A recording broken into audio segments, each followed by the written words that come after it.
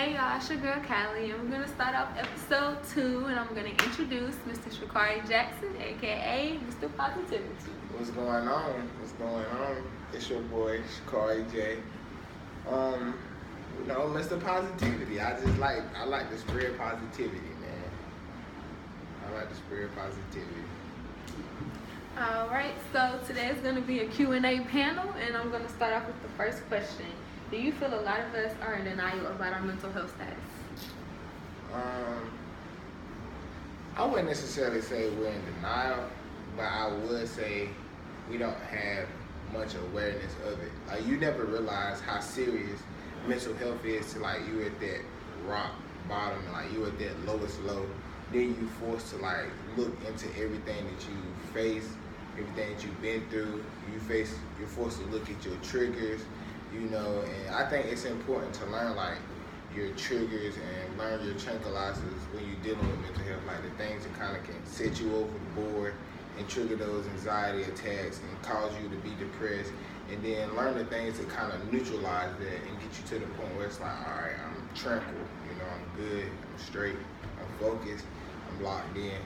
So I think it's more so about awareness more than being in denial. It's lack of awareness of mental health. Sounds good. So what are some things that we do to substitute for coping? When you say us, do you mean like people that, deal with it the wrong way, or people that go about dealing with it the right way? Let's start with the wrong way.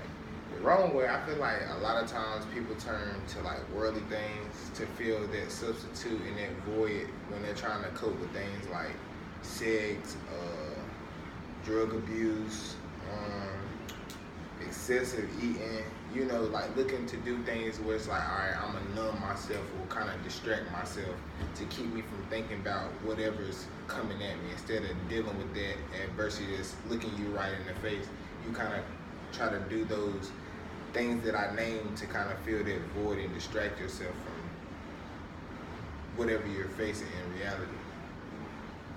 Okay, so what are some good things that people should use to cope? I encourage people to start waking up early. Like, I wake up every day at 5 o'clock, no matter what day it is, just to create that habit for myself. And then I start my time off with devotion to God, like just reading and praying, like devotional plans, reading my word. Because it's like, when you wake up very early, it's no distractions. It's like, it's no noise. It's just you and God. And it's like, whatever He want to place on your heart, He can kind of get it placed on your heart without no distraction, because you don't have the outside forces of social media and noises and people calling your phone. I encourage exercising. Since I've learned to, since I started exercising, it's even a confidence booster. You just feel good leaving the gym knowing like I done got that work in. I'm a step closer to healthiness. That's an extra day on my life. Not having to worry about sickness or diseases, because it's like, all right, I'm getting in the gym, I'm doing what I need to do as far as taking care of my body. Journal, because sometimes a lot of people that struggle with mental health want to just be heard, and sometimes people don't have that listening ear. So what better ear than yourself? Because it's like you can write out how you're feeling, then you can analyze how you feel, and it's like, okay, how can I figure out how I'm going to deal with this, or how can I figure out how to better this situation or this trouble that I'm dealing with? I feel like sometimes it may not even be the person having a listening ear, but it's like having to filter what you really want to say. Yeah. Because some people, you got to tiptoe around this, or you got to tiptoe around that. So to present it so they won't be like, and use it against you. Yeah. You got to come and you got to bring this and you got to bring that. So it's like when you're journaling, it's no filter. It's real. No judgment. It's just between me and these pages. I agree. And nobody going to say anything back. I agree, because a lot of times people tend to not know how to respond to certain things. Like you said, you got to kind of filter it. And it's like, when I ain't got a filter, it's like, this is raw. Like, this is it. You know what I'm saying? This is pure emotion. This is my life. So I definitely agree. That's a good insight. I like that. Okay, so do you feel your family and friends supported you in your process?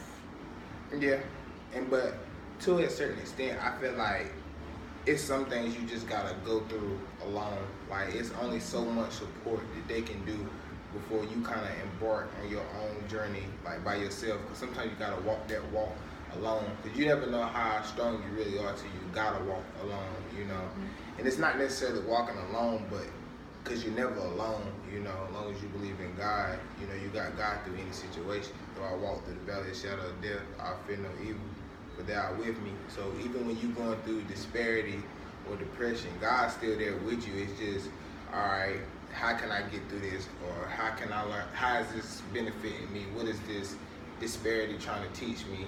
Like, what did I do to get myself in this situation? How can I prevent myself from being in this situation? So, yeah, I feel like they did, but family and friends can only support to a certain extent because you gotta want to help yourself and you gotta want to climb yourself out of that hole of depression. Like they can tell you every day that stuff gonna be better, but until you choose to change your attitude and your belief about how you feel about situations, it'll never change. Mindset is everything. Exactly. Do you think it's healthy isolating yourself from society and your friends? No.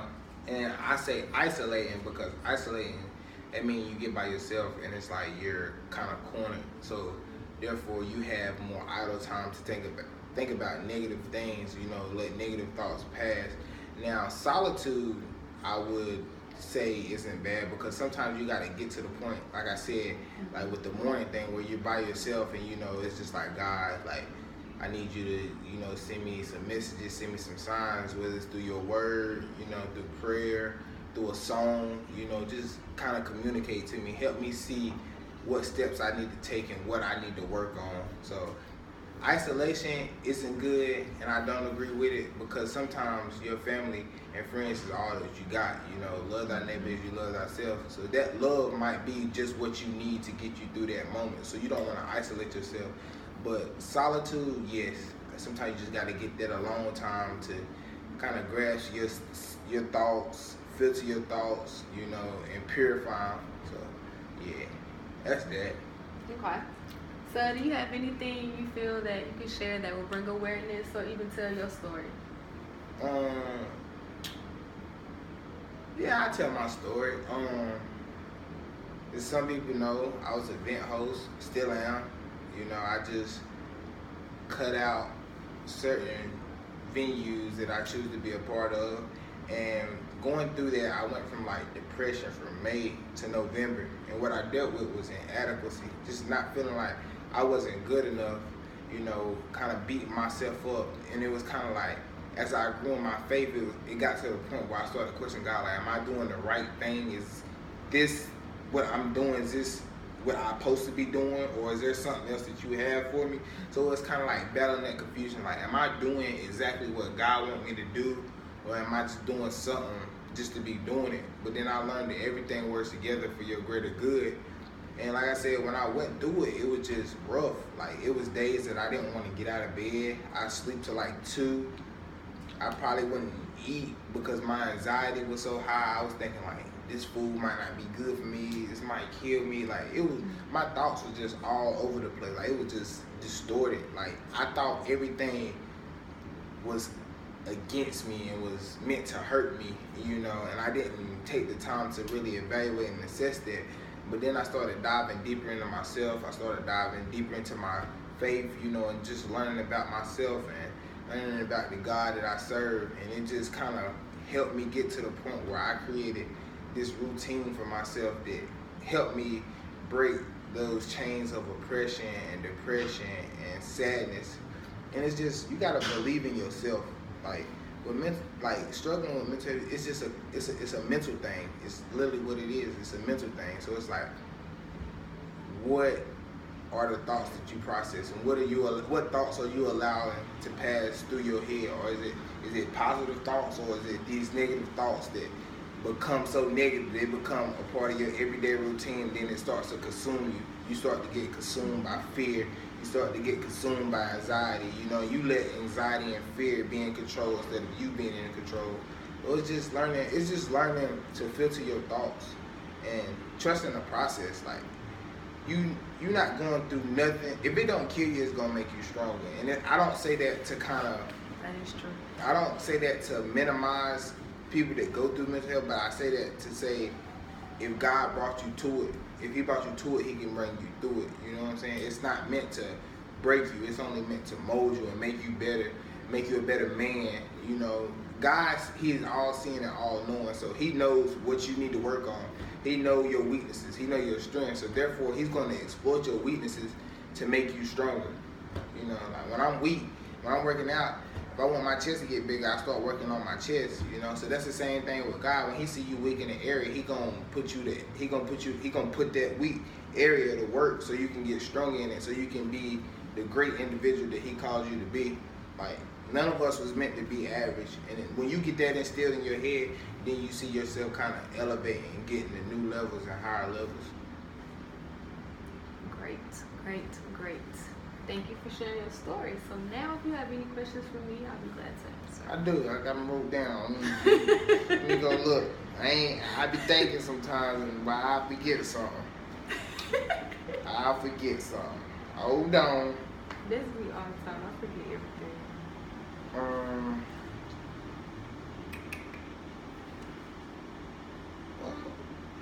I had my questions in here. Where the heck did they go? It's okay. I wrote them down for you. You did? See, I that's did. clutch. I did. Don't read the answers though. Okay. So now I gotta. Now we gotta switch the roles. What inspired you to start Views? What inspired me to start Views is I felt that our community was not aware of mental health awareness after I struggled from it, and there was nobody to help me, and I was always the strong friend. I was the glue that held everything together, the pillar to hold everything up, and I was always like, who's the strong friend for me? Who do I go to when I'm struggling, when I'm having problems? And it was just one day I was running and I was praying, and it was like God just dropped in my spirit. Concrete is strong, but it get cracked. You know, concrete is strong, but they have to rebuild it and remold it and remodel it. So let me be that for you. And I was just like, we're gonna take this and we're gonna grow it, and something beautiful is gonna come back from it. So that's why I started Views, to help everybody else know that you can be remolded. And I think that's very important that you say that, because a lot of people be a strong friend and be like, I gotta just suffer. When in reality, it's just like, it's okay not to be okay. And like I feel like people have to realize that, and that's a big issue with mental health. Like, people don't realize it's okay not to be okay. Like, we've been given this stigma of it. You got to be strong, you got to be resilient. That people get to the point where they carry their burdens and they, you know, just carry them. Then it gets to the point where the baggage is so heavy that it's just like, it causes mental breakdowns and anxiety attacks and panic attacks. So I definitely agree with what you said. And people gotta realize it's okay not to be okay, even if you're that strong friend, because we all need somebody. At the end of the day. Mm-hmm. What keeps you going? I think the fact that the life I'm living is not for me. It's somebody else's testimony. It's definitely a process. I will not say it's easy. I will not say it's been the best journey, but I'm just thankful that it's me and not someone else that I love. I'm thankful that God chose me to be that strong individual to go through this, because He felt that I was strong enough, so that He thought so much of me to give me this life, to give me this journey, and just to bless me throughout everything. It just keeps me going. That's real. I definitely agree with that, because it's just like, we have to realize as humans to be selfless. Like, our life isn't our own. Like, sometimes the life that we live will be the only inspiration that some people will ever see.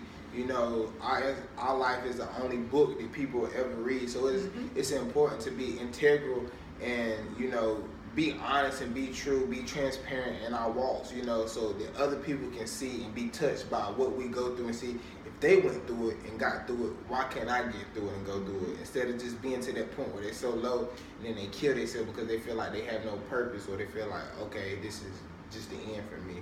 So I definitely agree with that. What was your experience with your mental health?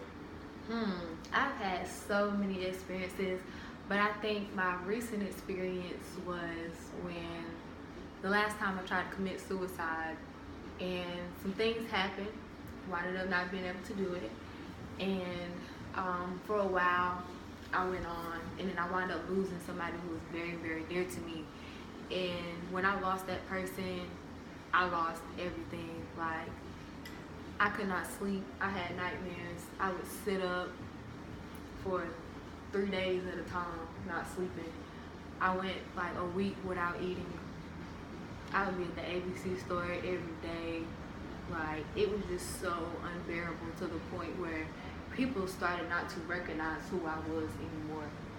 People would look at me and just be like, girl, what you gonna do something today? Like, we're gonna stop being so, I guess, down. It was just like people could look at me and be like, oh, you having a bad day? And I'm like, no, I don't think so. And deep down inside, I'm like, please help me. Like, help me. I need help. And I was just in denial for a long period of time about even needing help. And I became toxic to relationships. I became toxic to my friends. And I looked to people for things like sex. I did look to people for that. And it just became so unfulfilling. And I was just like, I'm worth more than this. Even though it was the same person over and over again, it was just like, okay, I'm becoming toxic to this person because outside of this, like, it's nothing else. It's arguing every day. You know, if I'm not throwing your keys, you know, you walking out the door slamming, yelling, you done got all upset, you out of character. It was just too unbearable, and I just had to come to a point in life where, is this all I want? Does misery really love company? Yeah. Like, it's got to be a whole lot more to me than just this. Because I'm not this person. I'm looking in the mirror every day. I'm like, this is not me. It's real. This is not who I am. This is not who I want to be. I don't want to be that toxic to where people don't want to be around me. Yeah. I'm like, I used to be the people's advocate. Like, I'm always, out here, this, that, and the third. I'm the spokesperson for the people. But I'm like, who's going to speak for them if I can't speak for myself? That's real. So I just had to get myself together. I'm like, okay, it's going to be a day-by-day process. And I can't say, I do eat now. So don't be trying to call the people on me. I do eat now. I'm not in the ABC store. I do not drink alcohol anymore. I do drink wine, though. I do drink in moderation. I don't want y'all calling the people on me for abuse. That's real. I have day-by-day taking it. Journaling definitely helps. I'm in the process of writing a book of my story. It goes way back, but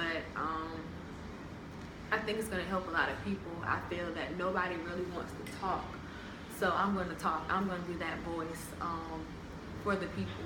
So I think my story and what I go through is going to be that pillar for everybody else. Okay, if I don't want to talk, I'm going to talk to myself. I'm going to talk to God. I'm going to journal. I'm going to do something. And self-care is the best care.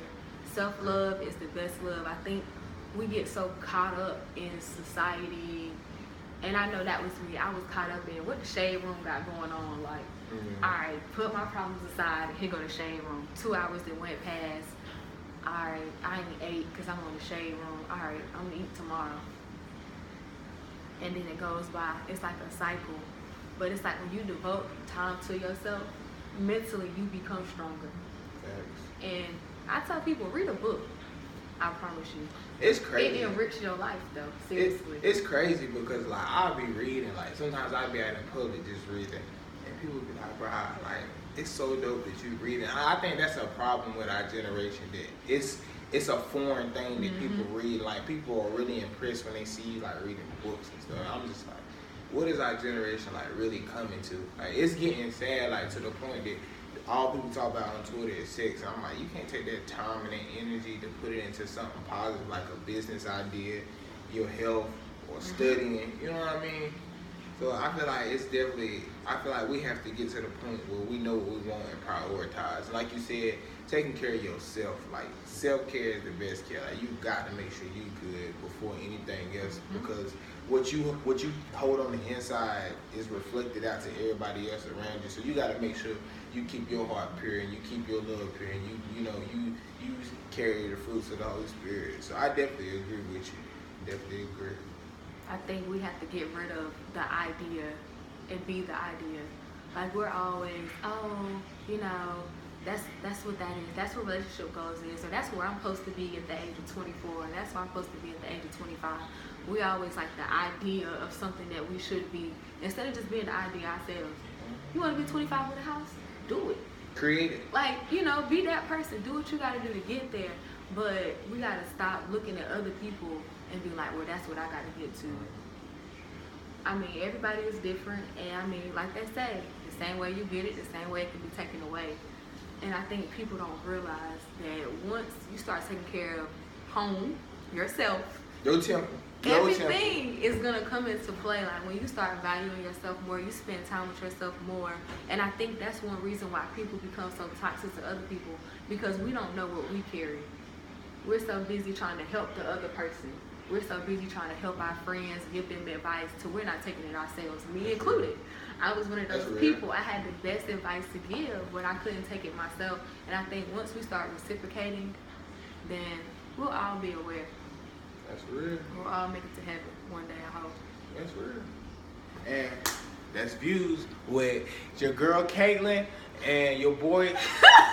I said it wrong. Yes. What? We're going to get it together. Though. Hey, we mess up. We human. We all We're fall gonna short. let her have it, we okay? all fall short. What is it? Cali. Cali. Oh. California. Hey. We're going to let Mr. Positivity have it today. Thank you all for tuning in.